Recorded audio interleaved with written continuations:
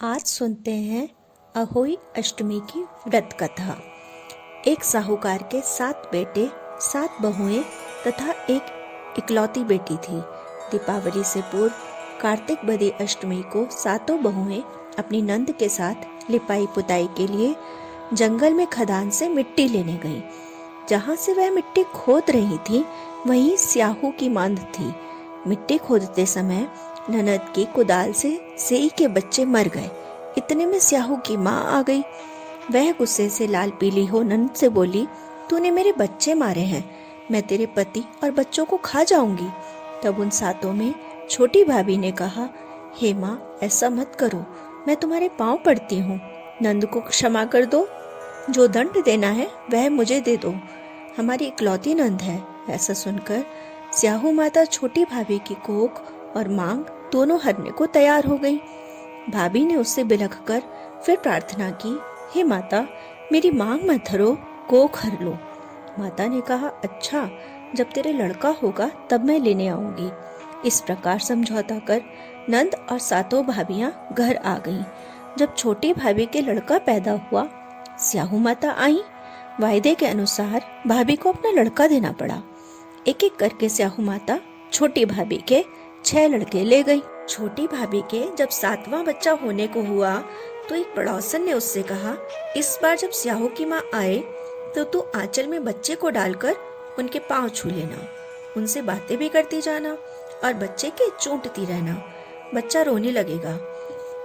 जब स्याहू माता बच्चे के रोने का कारण पूछे तब उनसे वचन मांग कर कहना, बच्चा तुम्हारे कानों की बालियां मांगता है, जब वह बाली दे दे और जाने लगे तो फिर उनके पैर छू लेना।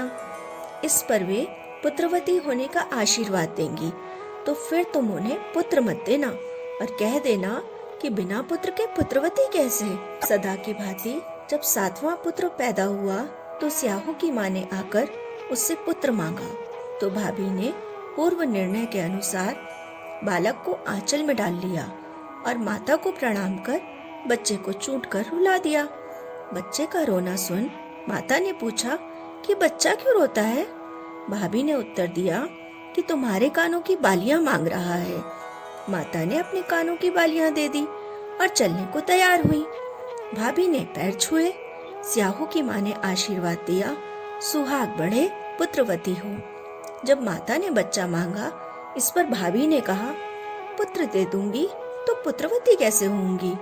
स्याहू माता हार मान गई और बोली, जाओ, जैसे मैंने तुम्हें छला वैसे ही तुमने मुझे छल लिया, अब मुझे तुम्हारे पुत्रों की जरूरत नहीं है।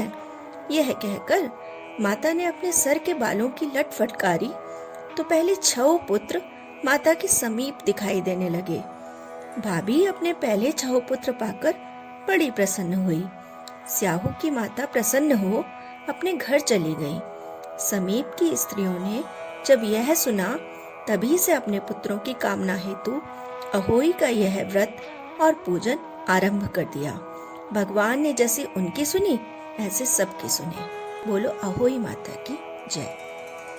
तो दोस्तों, ये थी आज की कहानी। अगर आपको ये वीडियो अच्छी लगी हो तो इसे लाइक करें, शेयर करें और मेरे चैनल मनमोहक कहानियाँ को सब्सक्राइब करना ना भूलें।